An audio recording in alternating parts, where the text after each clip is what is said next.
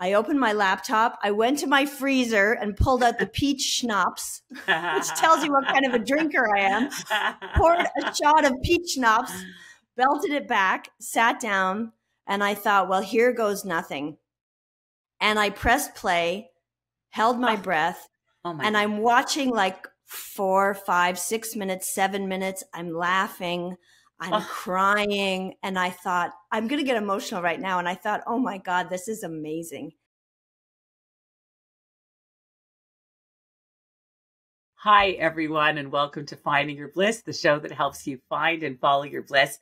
I'm Judy Librach, and one of the things, and I think you know this about me, that I love the most about doing this show is learning about people and their personal triumphs and journeys, especially when it's in an area that I don't know as much about.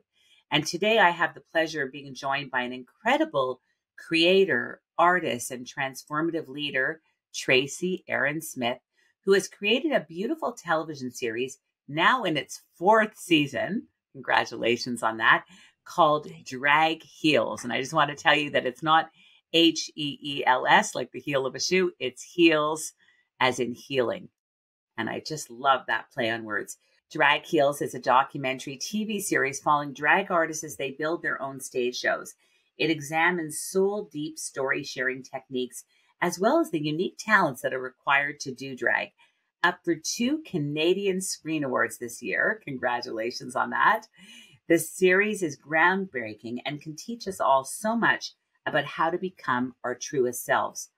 The season 4 premiere was out last night, and you can watch it now, available on OutTV, OutTV.com, the OutTV channel on Prime Video, and Apple TV. I'm so excited for you to meet Tracey Erin Smith in just a moment, but before we meet her, let me tell you a little bit more about her. Tracey Erin Smith is the founder of SOULO Theatre, originating in Toronto with workshops in New York City, Tel Aviv, San Francisco, Vancouver, and the UK. A proud Canadian, Tracey is an award-winning teacher, solo performer, theater director, television producer, and thought leader, employing personal stories for global transformation. Tracey's work has been seen off-Broadway, including The Burning Bush, The Clergy Project, and We the Men, and on several stages the world over, where she has been awarded the Best of the Fringe, Toronto and New York City, the Broadway World Award, NYC, and the Audience Choice Award, NYC. She's the host, creator, and co-producer of the award-winning documentary TV series Drag Heels. Tracey is also a 2-time Diamond First Place Award winner for Best Theatre Instructor, the Toronto Star. And earlier this year, she received a Lifetime Achievement Award from the INSPIRE Awards as well. And Tracey is currently nominated for 2 Canadian Screen Awards. That's like the Canadian Oscar and Emmys, as one of the producers and the host of Drag Heels. She's helped create hundreds of solo shows that have been performed on stages all over the world.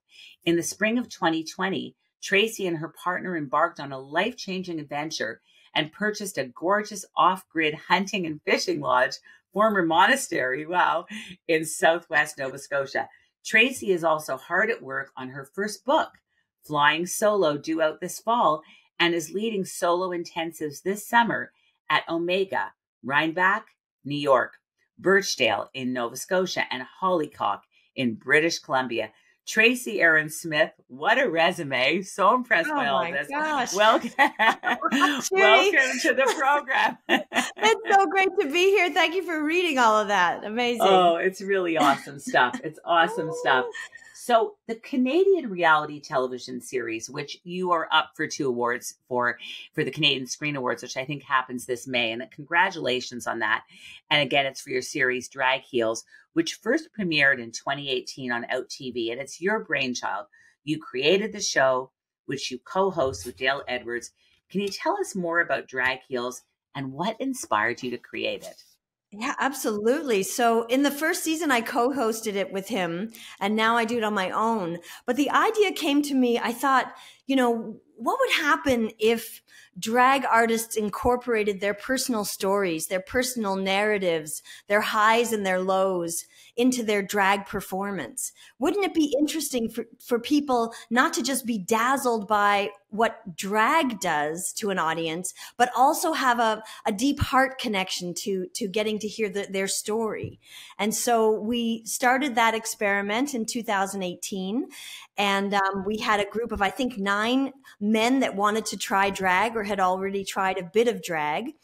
And we designed a program for them to go through my storytelling process and also be helped by experts in the makeup field and costume field and choreography and lip syncing, everything you need to do a drag show. And that was the idea at the beginning. So initially, though, I read that this was never meant to be a TV show. How did it evolve into that? Absolutely. I mean, life is so wild. A friend called me out of the blue, having heard what we were about to attempt. And he said, would you like someone to document this? And I thought, oh my gosh, of course. Yes.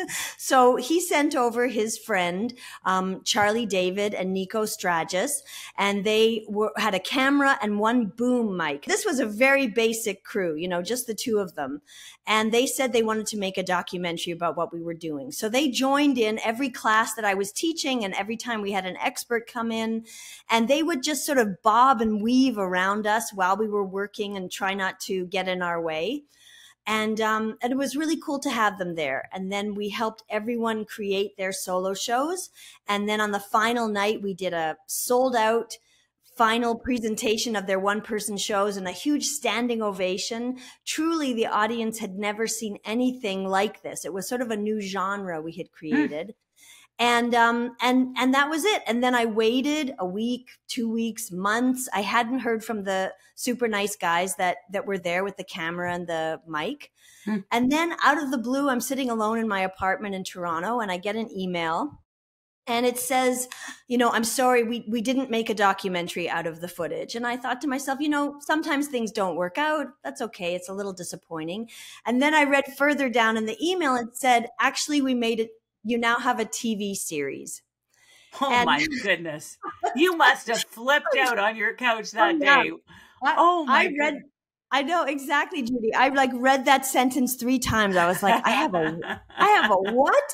So the first thought was, this is amazing. And the second thought, I really felt afraid because this was the first time, Judy, I had ever allowed cameras to witness the process of my process when I work with people. Yes. Because it is unbelievably vulnerable to not only share your story, but then to let someone work with you on it and shape it into a show.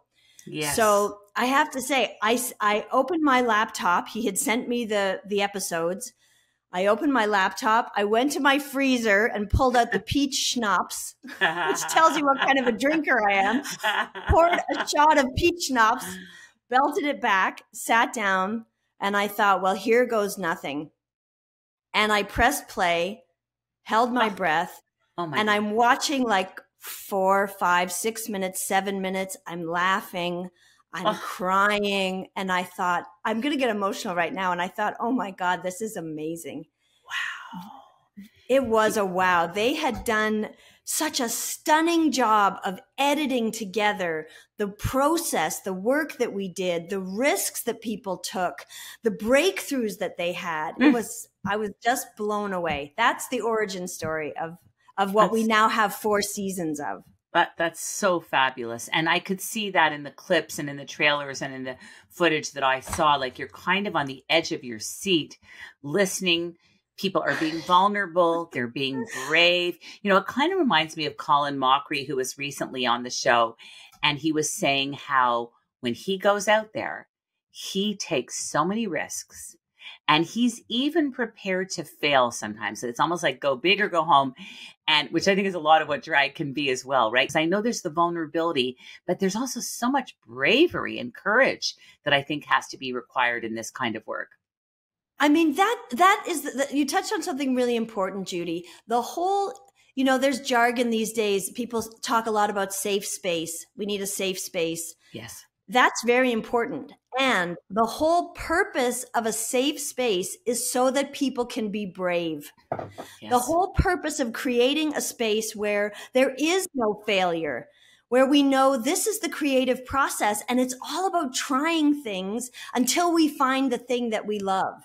So that's what I try to do, is create a space where I'm willing to look like a ding dong and other people can bring their ideas to life, no matter how wacky or outrageous they fear they might be. Yes. And I think that's where the great work lies, and the great creativity and the masterpieces come.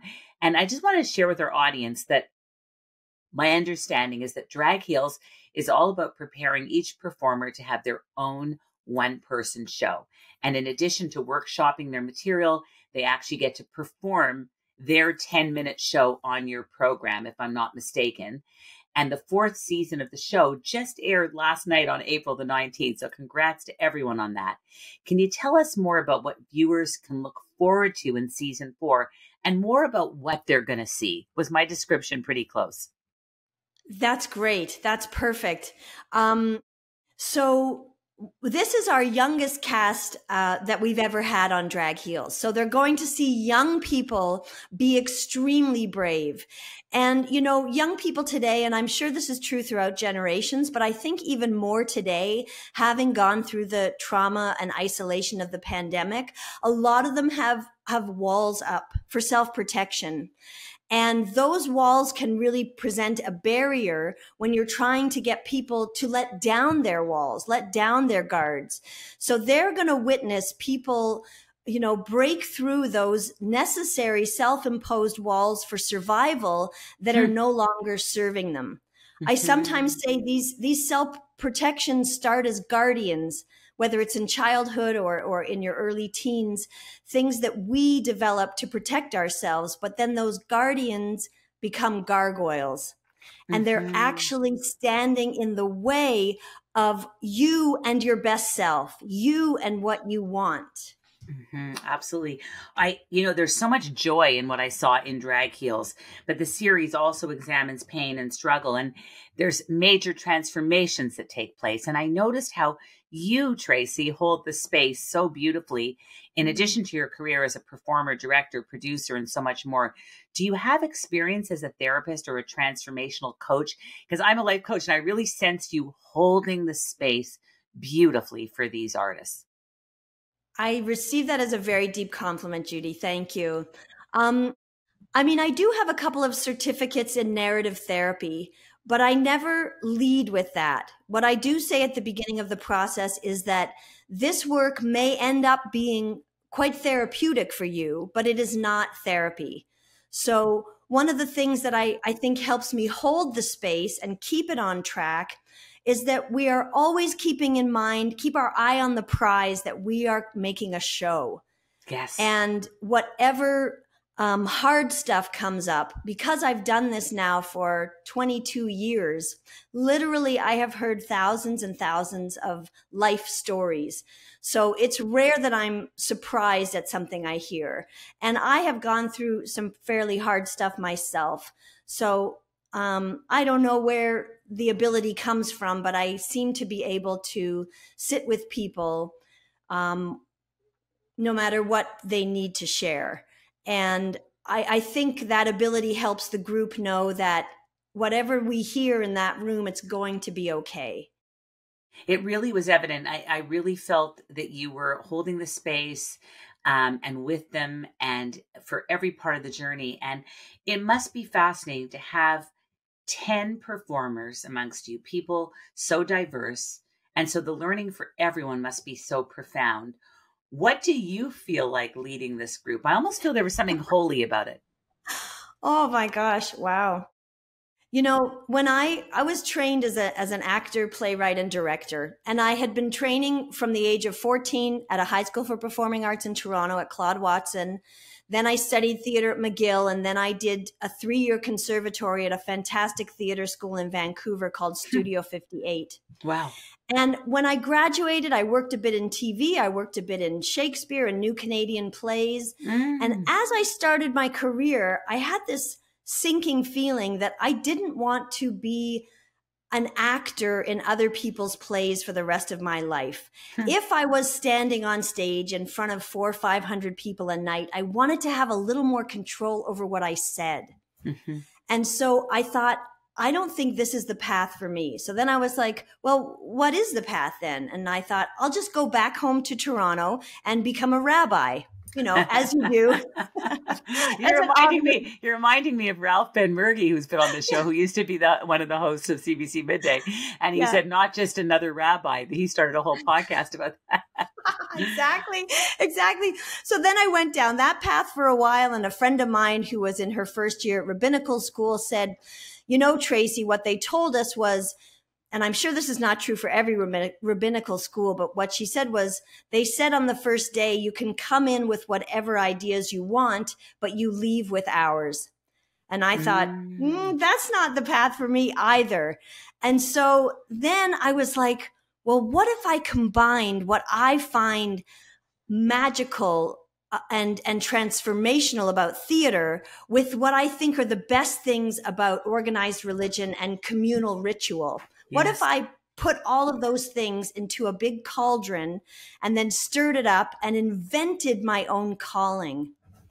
And that's what I did. And I had this amazing woman, Verenya Ivanovsky, who was leading Act 2 theater school at then Ryerson, now Toronto Metropolitan University. Yes. And after I taught my first creativity course there, she phoned me up and she said, you're obviously passionate about what you do. Pitch me any course and we'll run it. And those words changed my life, Judy. It was like, you know, the opening of The Simpsons where the clouds part. Yes. It was like the clouds parted and like, oh, and like down drifted this check, but it wasn't like $1 million check. It was a blank check. And I could write on it exactly what I wanted to do. And that's glorious. That's how SOULO Theatre was born. That changed my life. That was in 2002. Okay, so here's a question. You have your own one-woman show, and I'm not joking. I was getting a lift from somebody yesterday. I drive, but somebody was giving me a lift somewhere. And I mentioned that you were coming on the show. And this person, this guy, said, oh my God, her one-woman show is hilarious. I said, you know Tracey Erin Smith and her one-woman show? Yes. And I said, tell me. But he goes, it was very funny. I remember laughing my guts out. And I know that your one-woman show is called The Burning Bush, which is also your female drag persona. Can you tell us more about The Burning Bush and how your character's journey went from dropout rabbi to stripper? Absolutely. So, you know, I had just two words in my head for an idea for a solo show: stripping preacher. And then as I got more curious about the idea, I thought, well, not just any preacher. I'm Jewish, so maybe she's a rabbi. And that's when I started to sort of dream up this show. And in a nutshell, it's about a young woman who's in rabbinical school in New York. And she's about to graduate, and she's a brainiac. She knows every part of the Bible and everything. And they give her a practicum assignment. So she has to go be a student rabbi at a senior's home. And she designs a workshop for these seniors called Death, Deal With It. And it doesn't go over very well. In fact, a lot of them burst into tears. One almost has a heart attack. And then she gets called into the dean's office at the rabbinical school. And he basically says, look, you know, you're an amazing student. You're a brilliant academic, but you have bupkas in the field of bedside manner. And he said, and for this reason, we don't think you should be a rabbi. So she gets kicked out of rabbinical school. Then she meets up with Jackie Mason. He becomes her sort of fairy godfather. Long story short, he takes her into this strip club called the Tit for Tat. And he abandons her there. And there she meets this stripper that's obsessed with Madonna.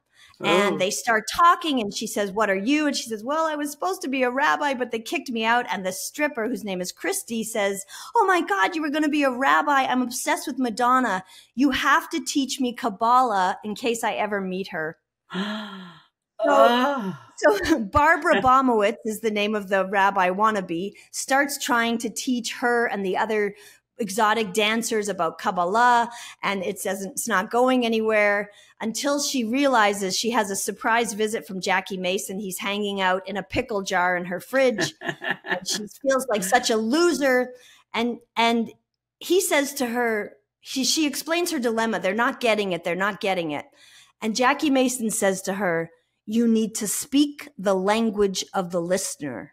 And she's like, "What the hell does that mean? Speak the language of the listener." And then he says, "What language does this girl speak?" And then she's like, I don't know. She speaks Madonna. And Barbara thinks she's being a smart aleck. And then he disappears. He's like, "That's it. Now go do it." So Barbara stays up all night studying old Madonna lyrics and finds some lyrics that she can use to teach Kabbalistic principles to this exotic dancer. Oh, hilarious. And yeah. And then they become friends. The exotic dancers teach this really shy, awkward young Jewish woman how to be a stripper. And they all go on the road together. And she becomes the world's first stripping rabbi, preaching while she's stripping.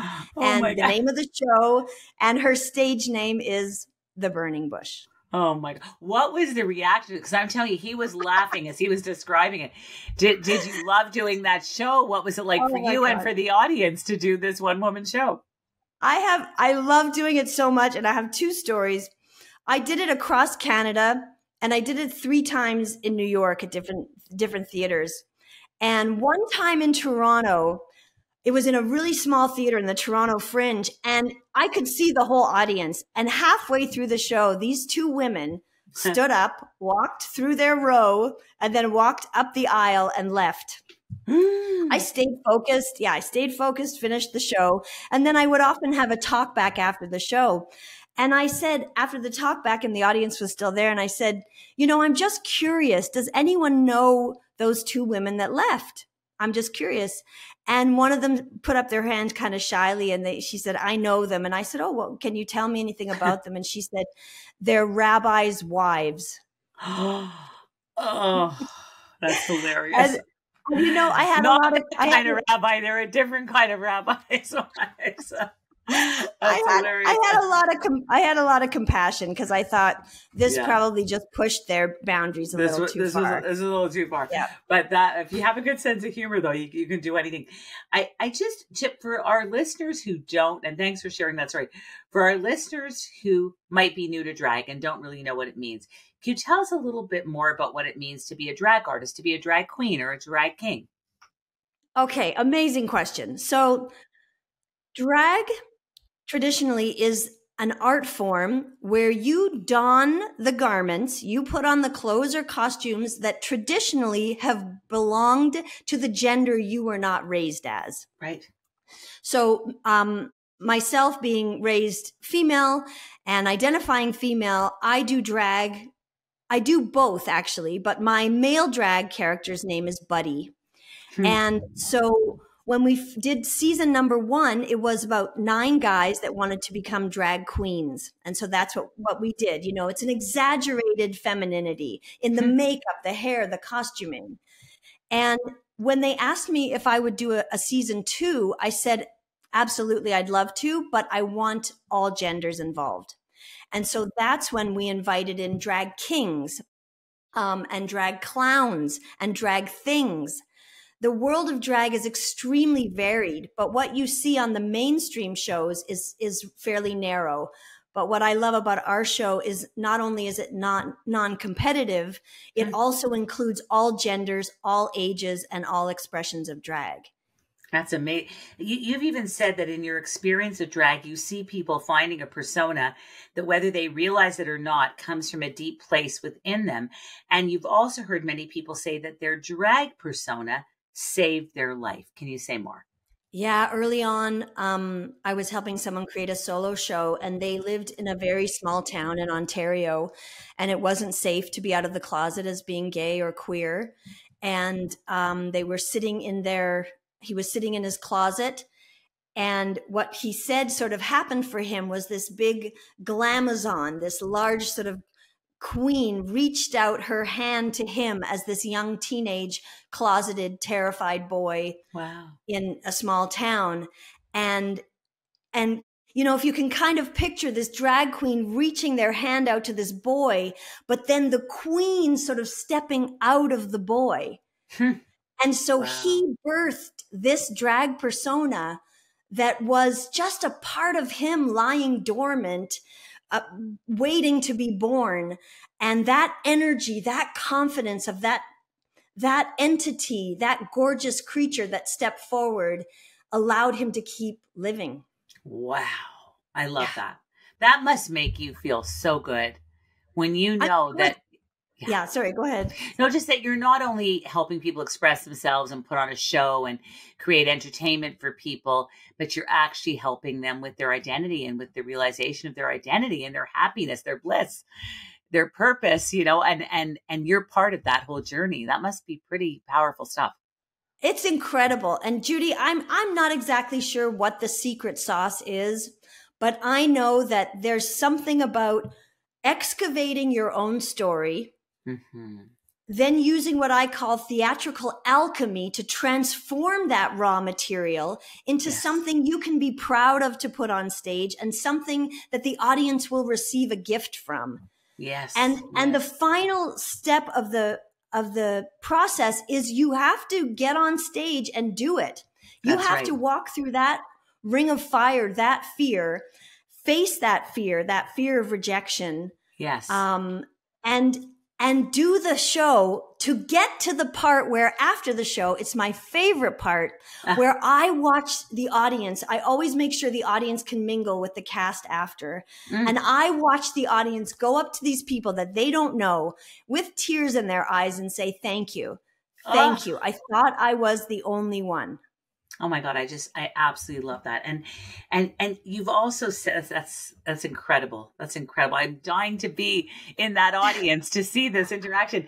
You've said that doing drag is also a great way to get to know more parts of yourself and learn more about how you think and feel about things. And you quote Oscar Wilde, and I thought that was brilliant, saying, man is least himself when he talks in his own person.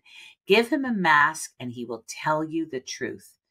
And I related to this so much. My daughter is a musical theater actor living in New York and finishing a master's right now at NYU. And she always says that she flies when she's on stage playing a character.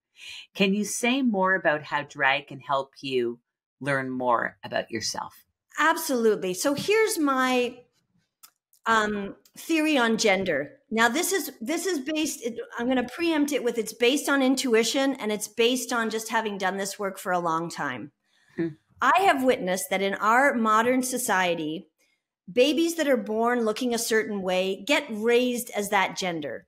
So if you think of the metaphor of like a plant, you're watering that male side of the boy child, and that's what you water, and that's what grows. Or if it's a girl child, or they label it a girl at birth, they label the girl parts. When you get to adulthood, if you get the opportunity to allow the other energy that is really half of your plant, it's really half of your being that hasn't been nurtured, that hasn't been watered. If you can find an environment, like I teach a workshop called Dude for a Day for female identified people who want to bring that more masculine energy forward. If you can find a safe place to do that, I guarantee, and you can come after me for this, I guarantee that at the end of that experience, you will feel like a more whole human being. Wow. Do you think that everyone needs to look at their own drag persona? If you're a woman, even if you're a woman who wants to be a drag queen as a woman, like, should everybody looking at this, what does that most exaggerated version of yourself look like? How can this help people? Yeah, it's almost like, so when I do the drag queen, when I am the burning bush, I am a very sexually heightened aspect of myself, you know. I call her like boobs in a pair of stilettos. And that is not how I move through the world, but it's a fun energy to get in touch with. So that helps me explore another aspect of my femininity. And when I am Buddy, I just think Buddy is the best parts of me. He's a total hoser, Canadian, you know, and he wears the Canadian tuxedo, a jean jacket and boots and jeans, but he's a Montessori kindergarten teacher. So he's, oh my God. He reminded me a bit of Wayne's World. I don't know why, but I got this Wayne's World vibe. Like imagine a Wayne's World character with sort of a spiritual enlightenment. It's lovely. that level of kindness and acceptance from this dude. That's so good. So, you know, I can only speak from personal experience and the many people that I've worked with that drag has, I would say, brought me more to life. Brought me, put me in touch with really neat parts of myself that I can then bring forward and live with. So cool. And just the play on words also for the audience of drag heels, you think automatically of stiletto, you know, 5-inch heels, but you spell it HEALS. How is drag healing for people? Well, first of all, the name of the show is the mastermind of my director, producer, Charlie David. So I want to give credit where credit is due. Yes. Well, it's similar, Judy, to what I've been saying. Anytime you can, I'm going to quote Jesus here from the Gospel of Thomas. It's probably the only Jesus quote I know by heart. But it applies to what you just said. So in the Gospel of Thomas, he said, if you bring forth what is within you, what you bring forth will save you. Wow. If you do not bring forth what is within you, what you do not bring forth will destroy you. Wow. Oof.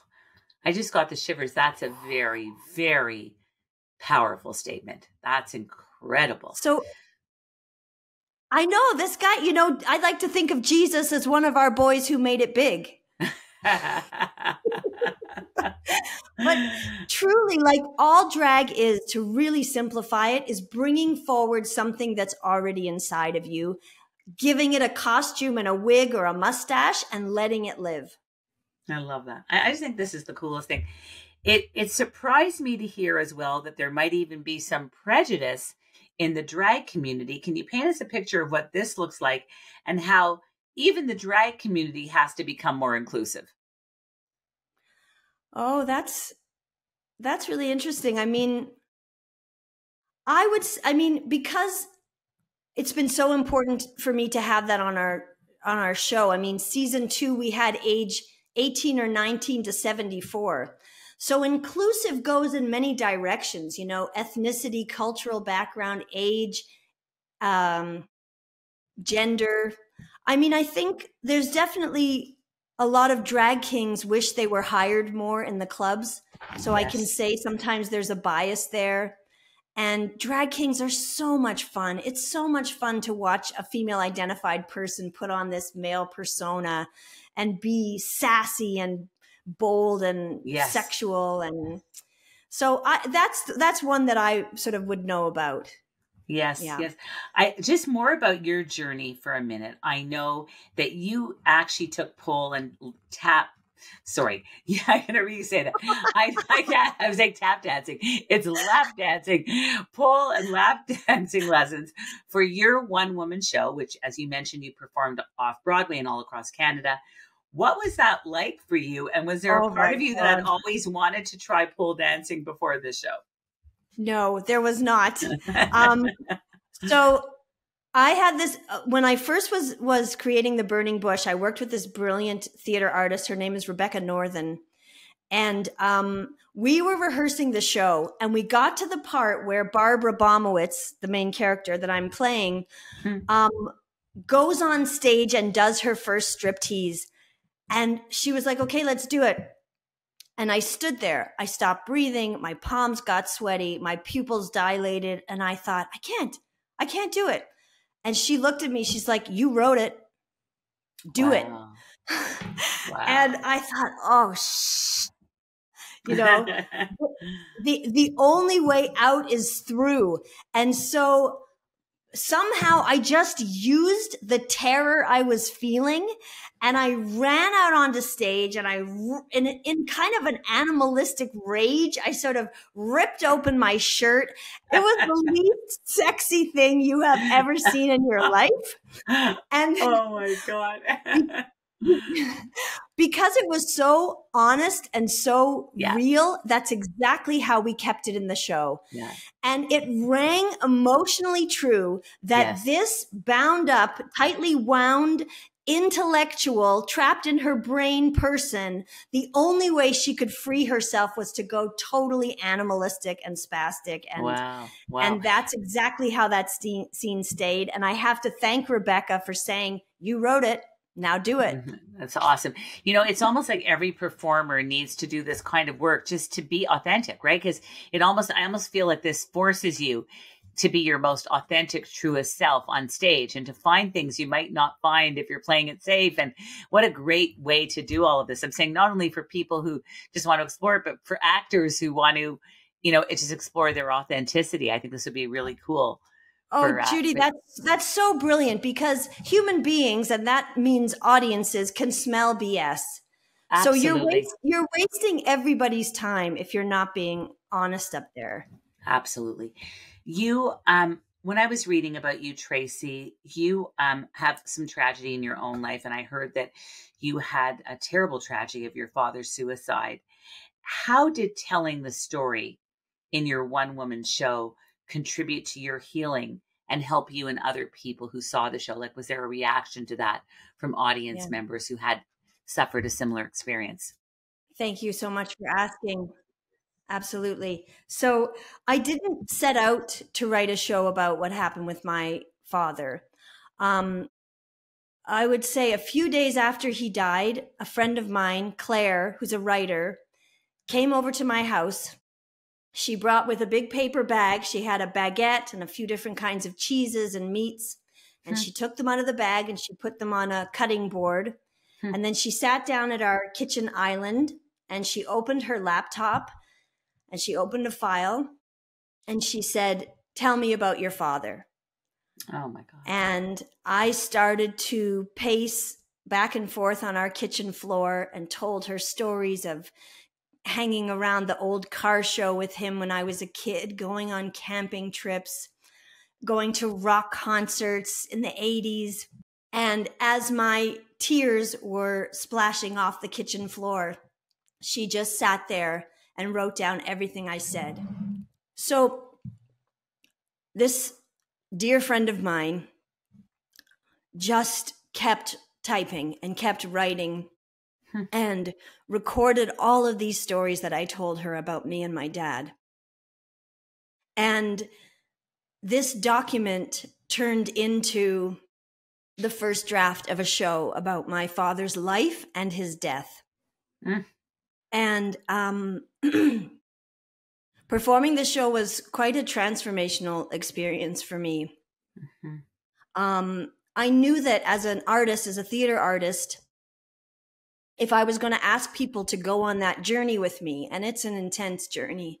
There's a lot of laughs in the show because we did some crazy stuff together, but it's also a very hard story. And I knew that if I was going to ask an audience to go on that journey with me, that I didn't want to just set them loose at the end of the night going out into the cold night. So I held a talk back after every performance. Wow. And I had pamphlets and literature for people. Wow. And I noticed that at the talk back, people were sharing that they had lost loved ones or friends to suicide. And they were also sharing about their own suicidal ideation. And one night after a show, a woman in her 30s came up to me and she was crying. And she said, "We're worried about our dad." And so we stood there for a while and talked and cried together. And the next night in the front row was a couple in their 60s. And they came up to me after the show and they said, "We're here because our daughter told us about your show." Oh my gosh. And I thought, if one father knew how much he would be missed because of my show, wow, then it really would have been worth it. Wow. Incredible. Incredible. Like you could have saved a life, at least one that you know of, by doing this. And that's why I don't believe I'm exaggerating when I say that this is life-saving work. Yeah. And the life that you save might just be your own. Yes. Because I think one of the reasons that, excuse me, that my father chose to die by suicide was that he was too ashamed to talk about what was really going on. He was too ashamed of the situation he'd gotten himself into financially. And so I think both telling our stories and hearing other people's stories changes and sometimes saves lives. Can I ask you, thank you for sharing all this, because I think, again, this might, just like it helped someone in the audience that night, the night after, you did the show, the parents came, someone might be listening to this and could be helped by this. I'm just wondering, do you ricochet back between being sort of the facilitator and the director of this work with all of these performers and people that are involved in your documentary series, and being a performer yourself? Like, do you like going back and forth between the two roles, or do you prefer the facilitator role, or like where are you at with performing and leading / directing? I love that question, Judy. No one has ever asked me that before. I wear so many hats in this process, and there's a sort of fluidity that it's not even conscious. It's like, now I've got my cheerleader pom-poms. Now I'm going to kick your ass with my boot full of love. Now I'm going to be a very meticulous director. Now I'm going to be a best friend to listen to your story. And pardon me, it takes all of those roles to get people from a place of just walking in and meeting me for the first time, having no idea what they're going to do their show about, to when they finally walk out on stage confident, knowing their show, knowing where they go and what they do on stage. That's fabulous. And I love that part of what I do. Like, it's never boring. Every person is different, and every person has a different kind of defensiveness that pops up that I have to dance with. It's so great. And it's so great that you are able to do all these roles, because we are many roles. We're not just a performer. And if we're a performer, maybe we love to do film, and we love to do stage, and we love to do voiceovers, and we love to do all of it. But you're also getting to do work that's very soul-centered, because I sense that you're a very soul-centered person who's helping to make a difference. And I think this relates a lot to my next question, which is your theater company, SOULO Theatre, where it all starts with leading theatrical training workshops that help writers and performers create and launch their own shows, like wonderful one-woman shows, one-man shows, one-person shows based on their personal experiences and life stories. Can you tell us more about how you invented SOULO Theatre, which you've described as your calling? Because that's what this show is all about. What is your purpose? Great question. Well, I really took everything I love the most. One-person shows, communal storytelling, Joseph Campbell's The Hero's Journey, laughing with humans, crying with humans, creativity, music, dance, storytelling. And I really put it in this big cauldron and stirred it up and gave myself the gift of creating a calling where it's like a Venn diagram, and where all my favorite things overlap. That was SOULO Theatre. I love that. And you also talk about how Drag Heels is based on this storytelling process you've just described that you use to teach at Toronto Metropolitan University, that helps people excavate raw materials from their lives and use what you call theatrical alchemy, transforming it for the stage. And I'm just wondering if you can just share, because I know we're coming to the end of our time. You have many practical and easy storytelling tips that everyone can use. Can you share some of these tips with our audience? Yes, thank you so much for asking. I love any opportunity to teach storytelling. So one of the first ones I would say is, when you're telling your story, tell it in the present tense. So instead of saying, I sat and waited for the bus, you say, I sit and wait for the bus. Even though we know everything that's happened to you happened in the past, you tell the story in the present tense. This helps to activate what are called mirror neurons, or mirror cells in the brains of the listeners. So they actually start to feel like they're going through this story with you. Yes. And another way to activate those cells in the brains of the listeners is to use what's called rich description.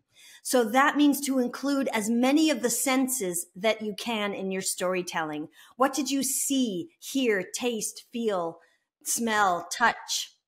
So really to add texture, tell us what color was the sweater and how did it feel? Or instead of using a feeling word, instead of saying, I felt angry, pull away that feeling word and go to the sensation that was happening in your body. The reason we call them feelings is that they are a sensation first, not a word. So if you're angry, you could say, my jaw got tight, my hands got clenched, my nostrils flared, or I gave him the look, That's and then awesome. The audience really knows exactly what you mean instead of something that's quite general like anger. So those would be a few of my tips. Thank you for that. Those are great.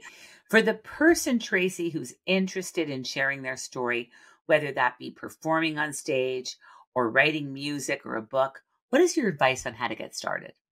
Oh my gosh, just start. I mean, I am addicted to mind maps. So take a piece of paper, turn it landscape, draw an oval in the middle, and then you can just write your name in there. You could write my life. You could write my show, and then draw circles around that main circle and say my relationships, my religious background, my sexuality, my gender, the craziest stuff I've ever done, my low points.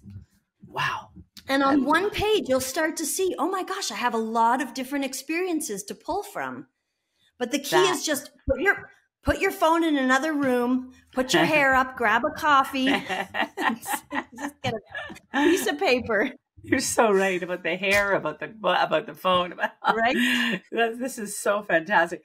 You're writing a book called Flying Solo, and I can't wait to read it when it comes out. Will you come back on this show and tell us all about it when it's here? Oh my God, I would love to. I can't wait. It's going to be, when you buy it, you'll be able to do this whole process on your own.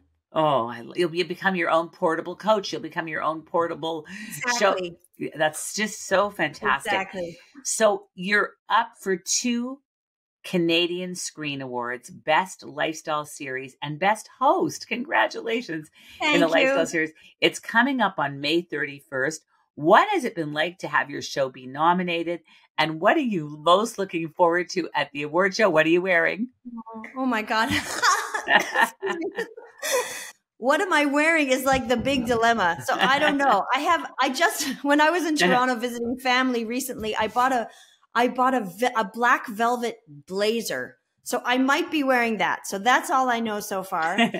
What I'm most excited about is at the award show for the best series, I'll be there with Charlie and Nico, the 2 guys that started the whole thing, started capturing this entire process on film all those years ago.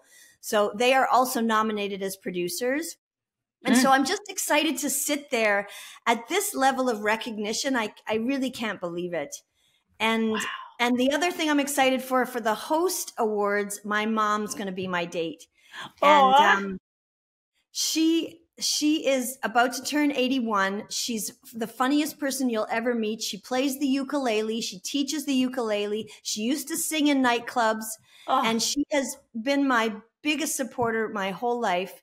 And she's in season 4 of Drag Heels. Wow. And she's going to be my date. So that's what I'm looking for. I might be inviting her onto the show too. Oh, she'd love it. She sounds really cool. She's super cool. What have you loved, Tracey, the most about working with the cast of Drag Heels? Oh my God. Excuse me. What I've loved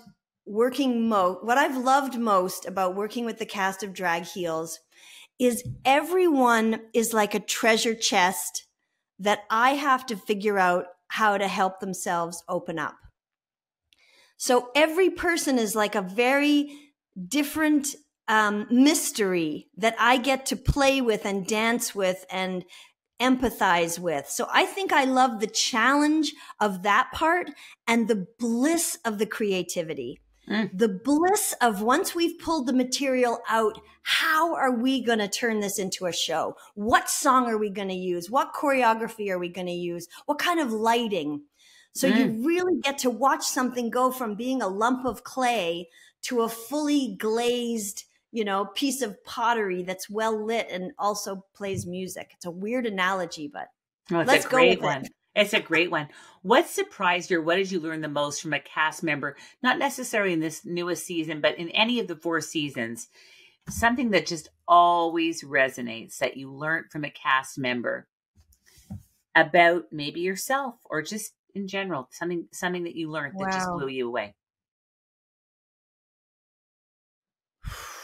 Well, I would have to say in this recent season, there's a cast member who has some of the same protective devices that I have. So I would sort of call it the tears of the clown. Wow. Someone who always presents as up and very positive and is others focused. And so they were a mirror for me to sort of, check myself and say, when do I need to share a bit more of what I'm going through? And not just be the helper for others. Fantastic. So I can't wait to watch it and figure out who that person is. Yeah. Who is it? What is the main golden nugget that you want people to take away with them after watching this newest season and the older seasons of Drag Heels? There's nothing more beautiful than being yourself. Isn't it the truth? Isn't it the truth? What is bliss for Tracey Erin Smith?